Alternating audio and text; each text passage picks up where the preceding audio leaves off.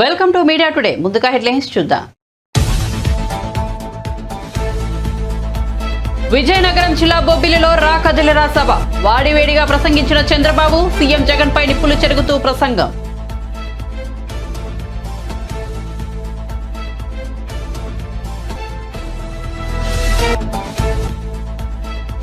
ఉచిత విద్యుత్ పై ముఖ్యమంత్రి రేవంత్ రెడ్డి కీలక వ్యాఖ్యలు. 24 గంటల ఉచిత విద్యుత్ ఇవ్వాల్సిందేనన్న రేవంత్ రెడ్డి. గృహజ్యోతి కింద 200 యూనిట్ వరకు ఉచిత విద్యుత్ ఇస్తామని వెల్లడి.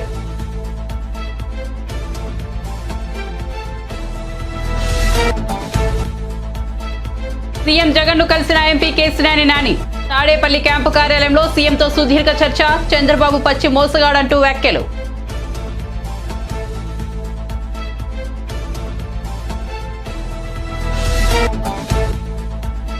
టీమిండియా మాజీ క్రికెటర్ అంబటి రాయుడు మరో ట్విస్ట్. పవన్ కళ్యాణ్ తో భేటీ. వైసీపీలో ఉంటే నా కల నెరవేరదాలనిపించింది అంటూ వ్యాఖ్యలు.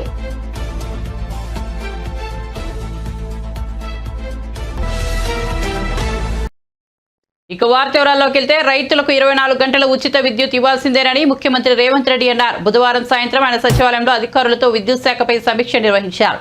ఈ సందర్భంగా మాట్లాడుతూ త్వరలో కొత్త విద్యుత్ పాలసీని తీసుకువస్తామని స్పష్టం చేశారు. 24 గంటల ఉచిత విద్యుత్ ఇవ్వాల్సిందేనని వ్యాఖ్యానించారు. గృహజ్యోతి కింద 200 యూనిట్ల వరకు ఉచిత విద్యుత్ కోసం ఏర్పాట్లు కొనసాగుతున్నట్లు తెలిపారు. కొత్త విద్యుత్ పాలసీ కోసం ఇతర రాష్ట్రాల విధానాలపై అధ్యయనం చేయాలని అధికారులకు సూచించారు. అసెంబ్లీలో చర్చించి సమగ్ర విద్యుత్ విధానాన్ని రూపొందిస్తామని స్పష్టం చేశారు. తక్కువ ధరకు విద్యుత్ను ఇచ్చే కంపెనీల నుంచి మనం కొనుగోలు చేయాలని, అందుకు అనుగుణంగా ముందుకు సాగాలన్నారు. ఈ సమావేశంలో ఉప ముఖ్యమంత్రి మల్లుబట్టి విక్రమార్క, మంత్రులు ఉత్తమ్ కుమార్ రెడ్డి, శ్రీధర్ బాబు, సంబంధిత అధికారులు తదితరులు పాల్గొన్నారు.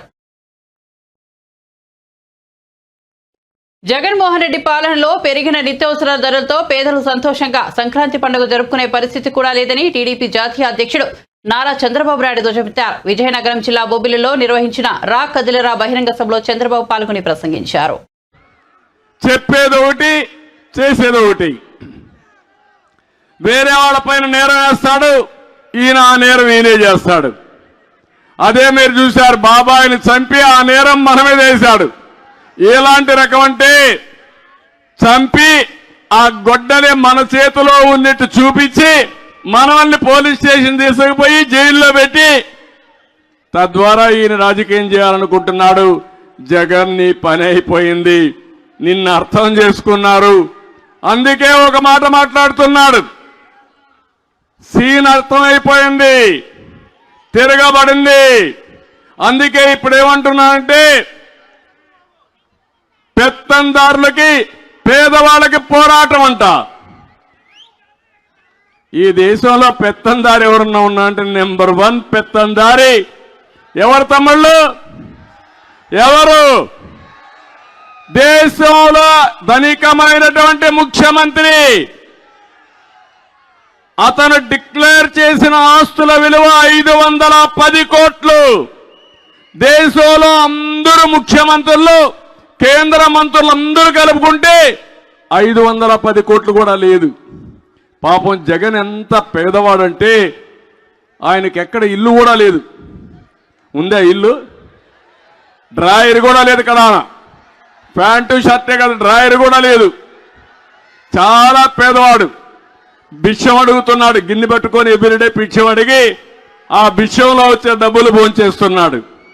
పేపర్ లేదు, టీవీ లేదు, ఇల్లు లేదు. పాపం చాలా పేదవాడు. తల్లి లేదు, చెల్లెలు లేదు, బాబాయ్ లేడు, తండ్రి లేడు. ఏ తమ్ముళ్ళు, అవునా కాదా? వాస్తవేనా? ఒకప్పుడు చెప్పాడంట మా నాన్న, లేకుంటే ఇలాంటి మాటలు చెప్పి తప్పులు వీళ్లే చేసి ఆ నెపాలు వేరే వాళ్ళ మీద వేసే రకం వెళ్ళు. అందుకే ఇలాంటి వాళ్ళకి పరిపాలించే అర్హత లేదు. ఈరోజు మీరు చూడండి, ఎవరైనా మాట్లాడితే వాళ్ళ మీద పోలీసులు విరుచుకుపడిపోతారు, కేసు పెట్టేస్తారు. కానీ అన్యాయం మాత్రం వీళ్ళకి కనపడదు. కనపడుతుంది, మనసు ఉంది, కానీ మనసు పని చెయ్యదు. ఎందుకు? వీళ్ళకి భయం. వీళ్ళ మెడ మీద కత్తి పెట్టాడు, ఏసీబీ రైడ్స్ పెట్టాడు. ఒకవేళ ఎవరన్నా కానీ చెప్పింది చేయకపోతే ఇమ్మీడియట్ గా వాళ్ళ మీద కేసు పెట్టి ట్రాన్స్ఫర్ చేసి జీతాలు కూడా ఇవ్వరనే భయం పిరికితనంతో ఈరోజు పోలీసులు ప్రవర్తించే పరిస్థితికి వచ్చారు. ఏది ఏమైనా ఒకటే చెప్తున్నా, ఈరోజు కొత్త రాగం తీసుకున్నాడు. ఆ రాగం ఏంటంటే ఈయన మీద అందరిలో వ్యతిరేకత వచ్చింది. మాకు ఈ ముఖ్యమంత్రి వద్దని, జగన్ని మార్చాలని ప్రజలు నిర్ణయించుకున్నారు. అవునా కాదా అని మిమ్మల్ని అడుగుతున్నా. ఏపీ ఎయిడ్స్ జగన్ రాష్ట్రం అతను అసహించుకుంటా ఉంది. ఈ సమయంలో జగన్ అనుకుంటున్నాడు ఎమ్మెల్యేలు మార్చేస్తే తప్పంతా నా మీద కాకుండా వాళ్ళ మీద పోతుంది అనుకుంటున్నాడు. మీ కాకినాడలో 3 ఎమ్మెల్యేలు మార్చేశాడు. 7 మందిలో అవునా కాదా? మార్చాడా లేదా? ఇంకా 80 మందిని మారుస్తాడంట. అంటే 80 సీట్లు గోయిందా మనమే గెలిచాం. విజయవాడ ఎంపీ కేశినేని నాని తాడేపల్లి వచ్చి క్యాంపు కార్యాలయంలో సీఎం జగన్ ను కలిశారు. సీఎంతో సమావేశం అనంతరం కేశినేని నాని మీడియాతో మాట్లాడారు. 4వ తేదీ నుంచి జరుగుతున్న పరిణామాలు ఏంటో అందరికీ తెలుసు. లోక్సభకు రాజీనామా చేసి ఆ తర్వాత పార్టీకి కూడా రాజీనామా చేస్తానని చెప్పారు. నేను 2013 జనవరి 16వ తేదీ నుంచి విజయవాడ పార్లమెంట్ స్థానం ఇన్ఛార్జిగా అభ్యర్థిగా టీడీపీ కోసం కష్టపడ్డాను. ఆ రోజు నుంచి ఈ రోజు వరకు నేను పార్టీ కోసం కష్టపడిన తీరు మీ అందరికీ తెలుసునని పేర్కొన్నారు. సో ఇవన్నీ చూస్తే చంద్రబాబు మోసగాడని చెప్పి ఈ ప్రపంచానికి తెలుసు. కానీ ఇంత పచ్చి మోసాలు చేస్తా, దగాలు చేస్తా, కుటుంబాల మధ్య చిచ్చు పెడతా ఈ రకంగా చేయడం అనేది భావ్యం కాదు. సరే, ఆ రోజు రాజీనామా లేక సబ్మిట్ చేస్తా అని చెప్పి ఇవాళ మెయిల్లో పంపిస్తాను స్పీకర్ గారికి. అట్లాగే నా పార్టీ రాజీనామా లేక కూడా అది పంపించగానే ఇది కూడా పంపిస్తారు. అట్ ది సేమ్ టైం మర్యాదపూర్వకంగా మన ముఖ్యమంత్రి గారిని కలవడం జరిగింది. ఆయన అనేక సార్లు విజయవాడ వచ్చారు సభకి. యాక్చువల్గా నేను అటెండ్ అవ్వాలి, ఎందుకంటే ఒక ఎంపీగా గవర్నమెంట్ ప్రోటోకాల్ ప్రకారం ముఖ్యమంత్రి వస్తున్నప్పుడు నేను అటెండ్ అవ్వాలి. అది నా బాధ్యత, హక్కు కూడా. కానీ ఏ రోజు పార్టీ నన్ను అటెండ్ అవ్వద్దని చెప్పడం వల్ల నేను అటెండ్ అవ్వలేకపోయా. ఇవాళ వరకు ఒక్కసారి మాత్రం రాష్ట్రపతి వచ్చినప్పుడు రాజ్భవన్లో కలిసి నేను విష్ చేశాను ఆయన, అంతే తప్ప నేను ఇంతవరకు ఆయన ఎప్పుడు డైరెక్ట్గా కలవడం జరగలేదు, ఫోన్లో కూడా మాట్లాడలేదు. ఇవాళ బాగా రిసీవ్ చేస్తున్నారు ఆయన నన్ను. ఖచ్చితంగా మనం కలిసి ప్రయాణం చేద్దామని చెప్పి ఆయన చెప్పారు. కాబట్టి నేను పార్టీకి రాజీనామా చేశాను కాబట్టి ఇప్పుడు నేను ఫ్రీ బర్డ్ని. సో నా నిర్ణయాలు నేను తీసుకుంటా. ఒకటైతే గ్యారంటీ, చంద్రబాబు నాయుడు అనే వ్యక్తి పచ్చి మోసగాడు, దాంట్లో డౌటే లేదు. ఈ రాష్ట్రానికి పనికిరాని వ్యక్తి అతను. సరే, జనం దేవుడు అనుకుంటారా, లేదా కులపరంగా అనుకుంటారా, మీడియా పరంగా అనుకుంటారా, లేదా మరి ఎందుకు అనుకుంటారా నాకు తెలియదు. కానీ ఈ జగన్మోహన్ రెడ్డి గారు అయితే పేదల పక్షపాతి, నిరుపేదల పక్షపాతి. ఏ డెవలప్మెంట్ అనుకుంటారా? కోవిడ్ వల్ల కొన్ని కారణం 2 ఏళ్లు భారతదేశం ఇబ్బంది పడింది, ప్రపంచమే ఇబ్బంది పడింది, భారతదేశం కూడా ఇబ్బంది పడింది. సరే, డెవలప్మెంట్ అవ్వడం అడిగిట్ అవుతుంది, కానీ ప్రజలను హ్యాపీ పెట్టే దాంట్లో దాదాపు 2 లక్షల కోట్ల చిల్లర ఇవాళ వరకు సంక్షేమం ఇచ్చారు ఆయన. ఇంకా ఇస్తానికి కమిట్మెంట్ ఉన్నారు. చచ్చుతీ చాలాసేపు మాట్లాడటం జరిగింది. సో నాకు బాగా నచ్చారు ఆయన. నచ్చడమే కాదు, ఆయన పథకాలని చూస్తున్నాం, వింటున్నాం. సో ఆయనతో కలిసి ప్రయాణం చేయాలని చెప్పి నేను నిర్ణయించుకున్నాను. వన్స్ నా రాజీనామా ఆమోదం పొందగానే నేను పార్టీలో చేస్తాను. నేను ఒకటండి, నేను 2014లో కూడా చంద్రబాబు నాయుడు టికెట్ అడగలా. ఎప్పుడు కూడా ఆయన గేట్ ముందు నుంచున్నా, డోర్ ముందు నుంచున్నా, నేను ఎప్పుడు చంద్రబాబు టికెట్ అడగల. 19 అడగల. అట్లా నేను ఆయన కూడా ఎప్పుడు టికెట్ అడగల. నాకేంటంటే నాకు విజయవాడ అంటే పిచ్చ ప్రేమ. మీ అందరికి కూడా తెలుసు అది, ఆ విషయం. విజయవాడ అంటే పడి చచ్చిపోతాను నేను. నాకు కావాల్సిన విజయవాడ డెవలప్మెంట్, విజయవాడ ప్రాంత ప్రజలు మంచి చేయడం. అందుకే టాటాను తెచ్చిన, గట్టిగా ఆయన కాళ్ళు పట్టుకుని నువ్వు వద్దు చంద్రబాబు నాయుడు గారు. ఆఖరికి విమానాశ్రయం కూడా నేనే చేసింది. ఎందుకంటే ఆయన 5,000 ఎకరాల్లో ఇక్కడ కట్టుకుందాం అనుకున్నాడు ఈ నాగార్జున యూనివర్సిటీ దగ్గర. సార్ అది అవ్వదు, తన ముందు మన మినిస్టర్ ఉన్నాడు, సివిల్ ఏవియేషన్ సెంటర్ ఒప్పుకుంటుంది జైట్లీ గారు వాళ్ళు. అంటే నాకు సపోర్ట్ ఆ రోజు వెంకయ్యనాయుడు గారు, సుజనా చౌదరి గారు. లేకపోతే ఆ ఎయిర్పోర్ట్ కూడా ఉండేది కాదు. సో ఆయన మా విజయవాడకి నిజం చెప్తున్నా, మీరు ప్రెస్ కాబట్టి మీరు కూడా తీయండి. 2014 నుంచి 19 వరకు విజయవాడకి ఒక 100 కోట్ల రూపాయలు చంద్రబాబు నాయుడు గారు స్టేట్ గవర్నమెంట్ ఇచ్చింది చూపిస్తుంది. నేను తీసుకొచ్చిన సెంట్రల్ గవర్నమెంట్ ఇచ్చాను, ఇంక్లూడింగ్ టాటా ట్రస్ట్ కానీ ఏదన్నా కానీ. అరుణ్ గారికి తెలుసు టాటా ట్రస్ట్ ఎంత చేసాం మేము ప్రాంతంలో, అన్ని విలేజెస్లో. అలాగే ఫ్లైఓవర్స్ కానీ ఏదన్నా కానీ అది నేను కేంద్రం నుంచి తెచ్చింది. ఆయన ఒక 100 ఆయనకి విజయవాడ పట్ల చిత్తశుద్ధి లేదు. ఆయన ఏంటంటే షాజహాన్ తాజ్మహల్ కట్టాను, నేను అమరావతి కట్టాను. షాజహాన్ తాజ్మహల్ కట్టాడు కదా. ఎవరు కట్టారు తాజ్మహల్ అంటే షాజహాన్. అమరావతి ఎవరు కట్టారంటే చంద్రబాబు నాయుడు కట్టాలన్నా. ఇది తప్ప విజయవాడ పట్ల ఆయన చిత్తశుద్ధి లేదు, నాకు తెలిసి ఎప్పుడు. అది ఒక 100 కోట్లు కూడా. టీమిండియా మాజీ క్రికెటర్ అంబటి రాయుడు రాజకీయాల్లోనూ తొందరపాటు నిర్ణయాలు తీసుకుంటున్నారు. అనాలోచిత నిర్ణయాలు, ముక్కుసూటితనంతో క్రికెట్తో అనేక ఇబ్బందులు ఎదుర్కొన్న అంబటి రాయుడు రాజకీయాల్లోనూ అదే తరహా శైలితో దూకుడు కనపరుస్తున్నారు. ఇటీవల AP CM YS Jaganmohan Reddy సమక్షంలో వైఎస్ఆర్సీపీ పార్టీలో చేరిన రాయుడు 10 రోజుల్లోనే ఆ పార్టీకి గుడ్ బై చెప్పారు. తాను ఆశించిన సీటు దక్కలేదని, దాంతోనే పార్టీ నుంచి తప్పుకున్నాడని ప్రచారం జరగ్గా రాయుడు మాత్రం రాజకీయాల నుంచి స్వల్ప విరామం తీసుకుంటున్నట్లు ప్రకటించారు. దుబాయ్ వేదికగా జరిగే ఐపీఎల్ T20లో ముంబై ఇండియన్స్ తరపున బరిలోకి దిగేందుకు సిద్ధమవుతున్నారని, ప్రొఫెషనల్ క్రికెటర్గా కొనసాగుతున్నప్పుడు రాజకీయాలకు దూరంగా ఉండాలని, దాంతో వైఎస్ఆర్సీపీని వీడుతున్నట్లు తెలిపారు. ఈ ప్రకటన ఇచ్చిన 24 గంటల్లోనే జనసేన అధినేత పవన్ కళ్యాణ్తో అంబటి రాయుడు భేటీ అయ్యారు. పవన్ కళ్యాణ్ సమావేశానికి సంబంధించిన ఫోటోలను ట్వీట్ చేసిన రాయుడు ఆ పార్టీలో చేరబోతున్నట్లు సంకేతాలు ఇచ్చారు. ప్రస్తుతానికి పార్టీలో చేరకున్న ఐఎల్ T20 ముగిసిన తర్వాత జనసేన కండువా కప్పుకునే అవకాశం ఉన్నట్టు తెలుస్తోంది. ఇక సన్నిహితులు, శ్రేయోభిలాషుల సూచనలతోనే పవన్ కళ్యాణ్ కలిశానని అంబటి రాయుడు తెలిపారు. వైఎస్ఆర్సీపీ సిద్ధాంతాలు తన ఆలోచనలకు విరుద్ధంగా ఉన్నాయని, అందుకే ఆ పార్టీని వీడానని రాయుడు వివరణ ఇచ్చారు. శ్రీ సత్యసాయి జిల్లా హిందూపురంలో ఇటీవల రోడ్డు ప్రమాదంలో మృతి చెందిన చిన్నారి ఆద్య కుటుంబ సభ్యులను హిందూపురం ఎమ్మెల్యే నందమూరి బాలకృష్ణ పరామర్శించారు. పట్టణంలోని పట్టుగుళ్ల మార్కెట్ రోడ్లో గత ఏడాది నవంబర్ నెలలో ద్విచక్ర వాహనం అతివేగంగా వచ్చి ఢీకొన్న ఘటనలో చిన్నారి ఆద్య మృతి చెందిన ఘటన అప్పట్లో సంచలనంగా మారింది. చిన్నారి ఆద్య చిత్రపటానికి నివాళులర్పించిన బాలకృష్ణ ఘటన గురించి కుటుంబ సభ్యులను అడిగి తెలుసుకున్నారు. తామంతా అండగా ఉంటామని భరోసా ఇచ్చారు.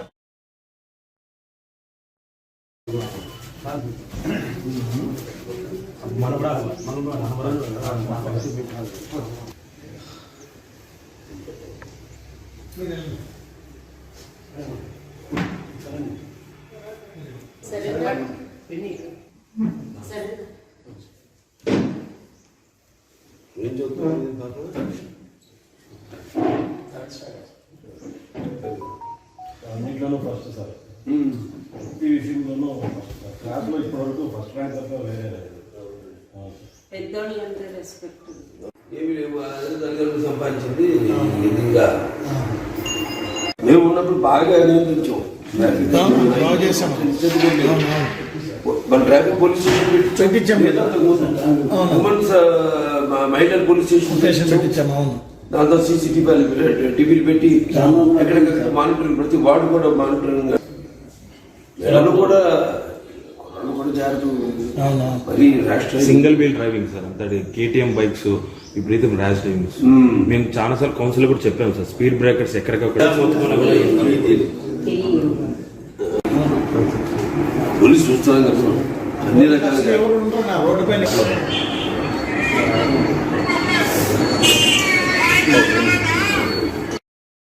మాజీ మంత్రి దగ్గుపాటి వెంకటేశ్వరరావు కీలక వ్యాఖ్యలు చేశారు. ప్రస్తుత పరిస్థితుల్లో ఎన్నికల్లో పోటీ చేసేందుకు టికెట్ రాని వాళ్లంతా అదృష్టవంతులని పేర్కొన్నారు.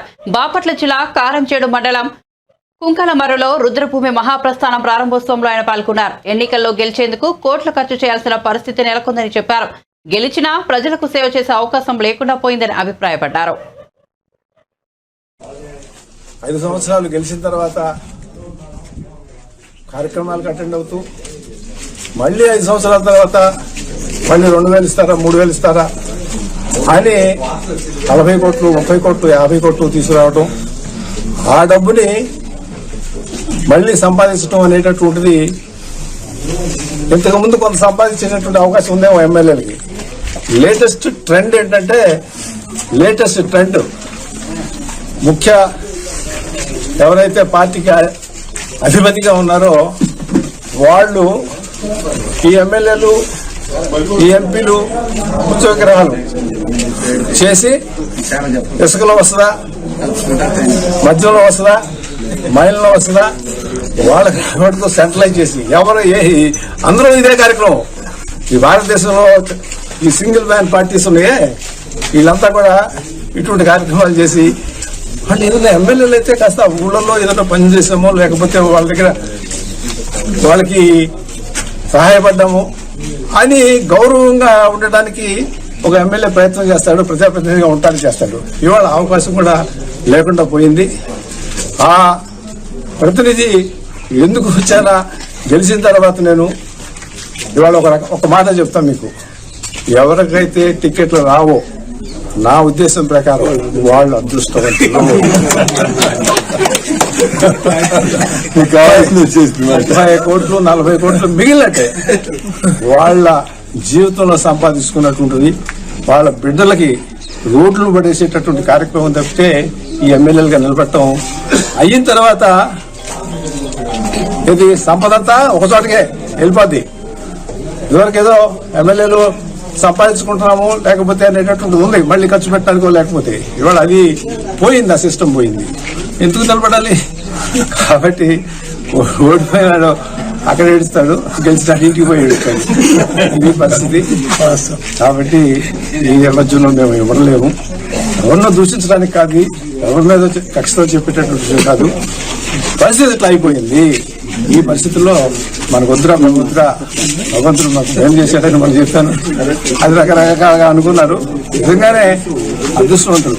ఎవరికైతే టికెట్ రాదో వాళ్ళు నిజంగా అదృష్టవంతులు అని చెప్పి నేను మనస్ఫూర్తిగా భావిస్తూ భగవంతుడు ఈ నిజమైనటువంటి ప్రజాప్రతినిధులు కాపాడమని చెప్పి ప్రజల కోసం పోరాడేటటువంటి వాళ్ళని ఇటువంటి అవకాశాన్ని ఇచ్చి బయటికి పంపించమని చెప్పి భగవంతుడు ప్రార్థిస్తున్నాను.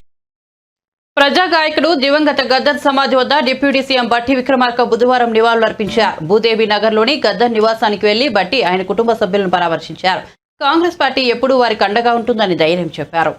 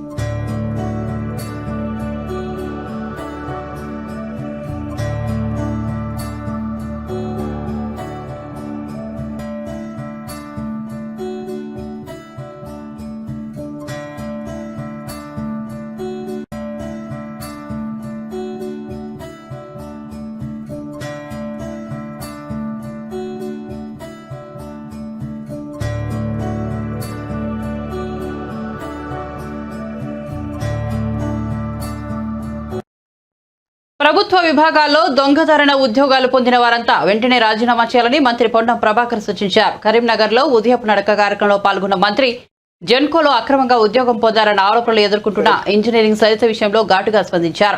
ఈ ఆరోపణలతో మాజీ ఎంపీ వినోద్ కుమార్ కు ఎలాంటి సంబంధం లేకుంటే పోలీసులకు ఫిర్యాదు చేయాలని సవాల్ విసిరారు. భూ ఆక్రమణదారులు కాంగ్రెస్ పాలనకు భయపడాల్సిందేనని హెచ్చరించారు. జరిగితే టీఆర్ఎస్ నాయకుల గుండెల్లో దడవుడుతోంది. ఈ రోజు అంత పెద్ద ఎత్తున 1,00,000 కోట్లు కావచ్చు 90,000 కోట్లు ఖర్చు పెట్టి కట్టిన ప్రాజెక్టు 9 నెలలు కూడా ఉపయోగపడకపోతే ఆ ప్రాజెక్టు నాణ్యత మళ్ళీ తిరిగి పునర్మించాలని ఇంజనీర్లు చెప్పిన తర్వాత దాని నిర్మాణానికి సంబంధించిన విషయం మీద విజిలెన్స్తో పాటుగా సిట్టింగ్ జడ్జితో విచారణ జరుపుతామని ముందే చెప్పినాం. దాని ప్రకారంగా విచారణ జరుగుతూ ఉంది. దీనికి విచారణకు సంబంధించి తెలంగాణకు సంబంధించిన ఇంజనీర్లు కావచ్చు, ఇతరత్ర ఆ యొక్క ప్రాజెక్టుకు సంబంధించిన తప్పుల అంశాలు ఏమైనా ఉంటే ఆ విజిలెన్స్ అధికారులకు సమాచారం ఇవ్వని కూడా కోరుతా ఉన్నాం. అదేవిధంగా నిన్న మాజీ పార్లమెంట్ సభ్యుడు వినోద్రావు గారు ఏదో మాట్లాడుతూ ఉన్నారు. బాగా సచ్చీలుని నా అంత నీతివంతులు లేడు గొప్పని అనుకుంటున్న నీవు ఒకవేళ నీకు ఆ ఉద్యోగం పొందిన వాళ్ళతో సంబంధం లేకపోతే మీరే స్వచ్ఛందంగా ఒక పోలీస్ కేసో లేదా చట్టరీత్యా చర్యలు తీసుకోమని పిటిషన్ ఇవ్వండి. అది మీ సచ్చీలతకు మేము కనీసం ప్రయత్నం. ఊరికైనా వాళ్ళతో కౌంటర్ కాదు.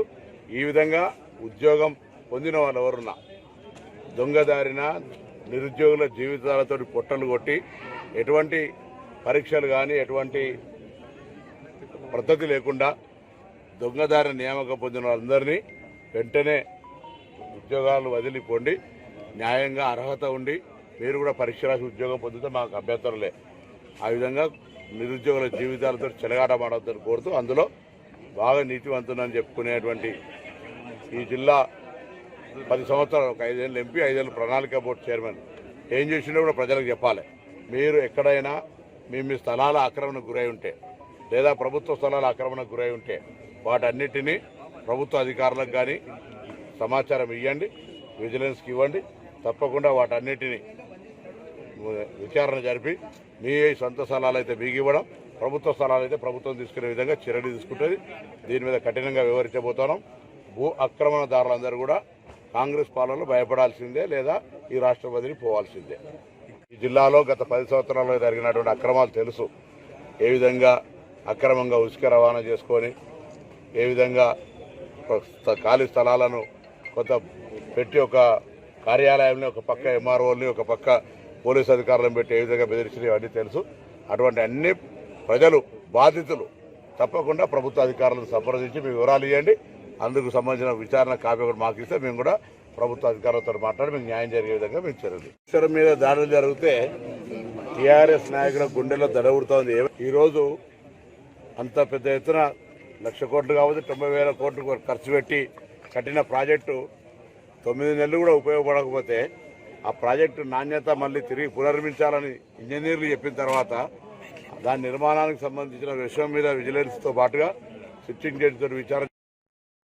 రాజకీయ జీవితంలో తాను ఎన్నో కష్టాలు, అనేక అవమానాలు భరించారని మంత్రి పొంగిరెడ్డి శ్రీనివాసరెడ్డి తెలిపారు. భక్త రామదాసు కళాక్షేత్రంలో గ్రూప్ కోచింగ్ సెంటర్ ఆధ్వర్యంలో నిర్వహించిన సదస్సుకు ఆయన ముఖ్య అతిథిగా హాజరయ్యారు. ఈ సందర్భంగా మంత్రి మాట్లాడుతూ భావోద్వేగానికి గురయ్యారు. అనేక కష్టాలు, అనేక అవమానాలు, ఒంటరిగా ఉన్నప్పుడు అనేక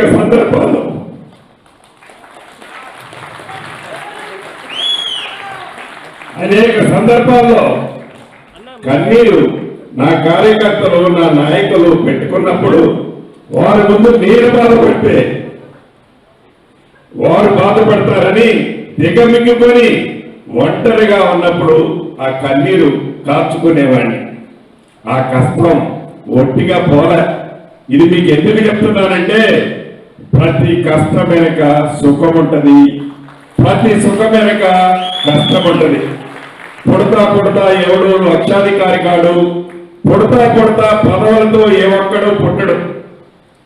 మనము నడిచే నడక, మన ప్రవర్తన, మన మంచితనం ఎప్పటికీ మనకి శ్రీరామ లక్ష్యలాగా ఉంటాయి. దాన్ని మీరు అందరూ మనసులో పెట్టుకొని కష్టం వచ్చినప్పుడు దిగమిగుకుందాం, సుఖం వచ్చినప్పుడు. ఈరోజు నేను రాష్ట్రంలో ఒక ప్రధానమైన మంత్రిలో చాలా ఉన్నతమైన స్థానంలో ఉన్నా. ఇంతమందిలో ఈ రోజు ఎందుకు ఎమోషనల్ అయ్యానంటే ఆ రోజైతే దానికి అర్థం లేదు. ఈ రోజైతే ఆ ఎమోషనల్ అర్థం ఏంటో మీరు అందరూ గ్రహిస్తారని ఇక్కడ అయ్యా. ఆ రోజు నేను బాధపడితే నా ఎమ్మటున్న లక్షలాది మంది అభిమానులు భీమోలు అవుతారు. అందుకే ఆ రోజు ఎప్పుడో కూడా నేను కన్ను ఇంత కూడా చెమ్మగిల్లనేలే. ఈరోజు ఇందాక అన్నట్లు ఇదే అధికారులు అనేక మంది నన్ను నమ్ముకున్న వాళ్ళని ఇబ్బంది పెట్టారు. అక్కడ దాకా ఎందుకు, ఇదే కిరణ్ తమ్ముడు సత్తుపల్లిలో మిత్రులతో ఏదో నిరుద్యోగ యువతతో ఒక మంచి మీటింగ్ పెడితే ఆ మీటింగ్ లో ఆనాడున్న అధికారులు వాళ్ళే ఇప్పుడున్నారు. తన మీద అనేకమైన కేసులు బుక్ చేశారు. అంటే బిక్కుమనుకుంటా నా ఎమ్మడి తిరిగే కార్యకర్తలు, అభిమానులు కూడా ఆనాడు గడిపారు. ఈనాడు నా యొక్క పదం వచ్చింది, ఈనాడు మన రాజ్యం వచ్చింది, ఈనాడు ఇందిరమ్మ ప్రభుత్వం వచ్చింది. ఇందిరమ్మ ప్రభుత్వంలో స్వేచ్ఛమైన గాలి పీల్చుకుంటున్నాం. స్వేచ్ఛగా మనందరం, అరాచకత్వం ఉండదు, మనసుని నొప్పించేది ఉండదు, మంచి పరిపాలన, స్వేచ్ఛ. ప్రతి ఒక్క వ్యక్తి స్వచ్ఛందంగా మంత్రిని గాని, ముఖ్యమంత్రి గారిని గాని, అధికారులు గాని చొరవగా పోయి వారి కష్టాలు చెప్పుకునే అవకాశం ఈనాడుంది. అదే గడిచిన ప్రభుత్వంలో 10 సంవత్సరాలు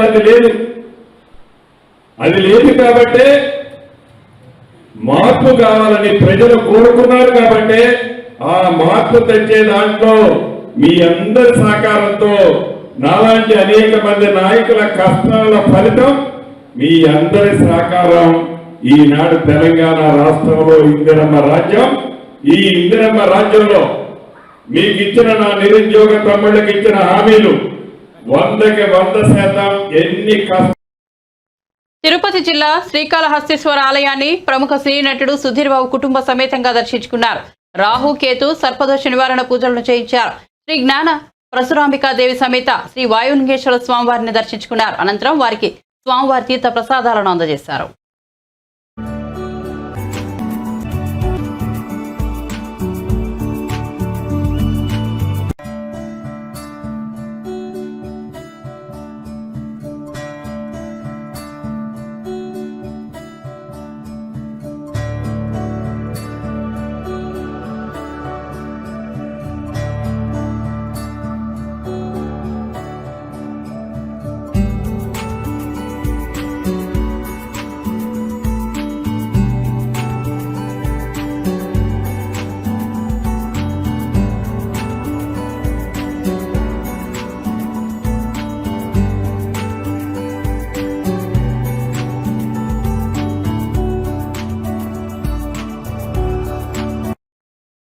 నాంపల్లి రైల్వే స్టేషన్లో చార్మినార్ ఎక్స్ప్రెస్ పట్టాలు తప్పింది. 5వ నెంబర్ ప్లాట్ఫామ్ కి చేరుకునే క్రమంలో సైడ్ వాల్ను ఢీకొట్టింది. దీంతో రైలు పట్టాలు తప్పి ఒక్కసారిగా కుదుపునకు లోనైంది. S2, S3, S6 బోగీలు పాక్షికంగా దెబ్బతిన్నాయి. ఈ ప్రమాదంలో 10 మంది ప్రయాణికులకు స్వల్ప గాయాలయ్యాయి. క్షతగాత్రులను లాలాగూడలోని రైల్వే ఆసుపత్రికి తరలించారు.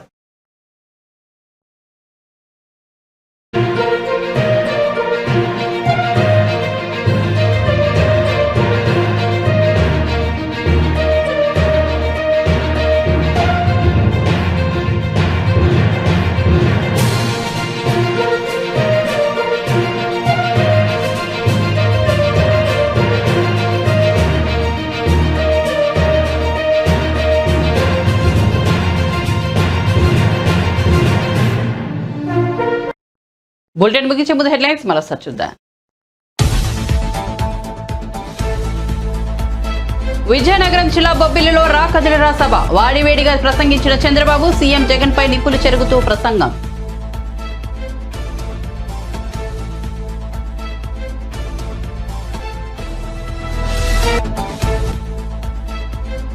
ఉచిత విద్యుత్ పై ముఖ్యమంత్రి రేవంత్ రెడ్డి కీలక వ్యాఖ్యలు. 24 గంటల ఉచిత విద్యుత్ ఇవ్వాల్సిందేనన్న రేవంత్ రెడ్డి. గృహజ్యోతి కింద 200 యూనిట్ల వరకు ఉచిత విద్యుత్ ఇస్తామని వెల్లడి.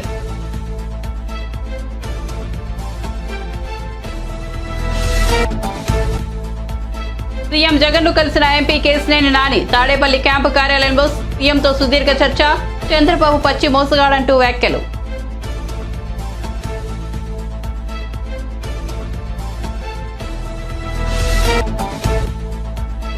టీమిండియా మాజీ క్రికెటర్ అంబటి రాయుడు మరో ట్విస్ట్. పవన్ కళ్యాణ్ తో భేటీ. వైసీపీలో ఉంటే నా కల నెరవేరదలనిపించిందంటూ వ్యాఖ్యలు.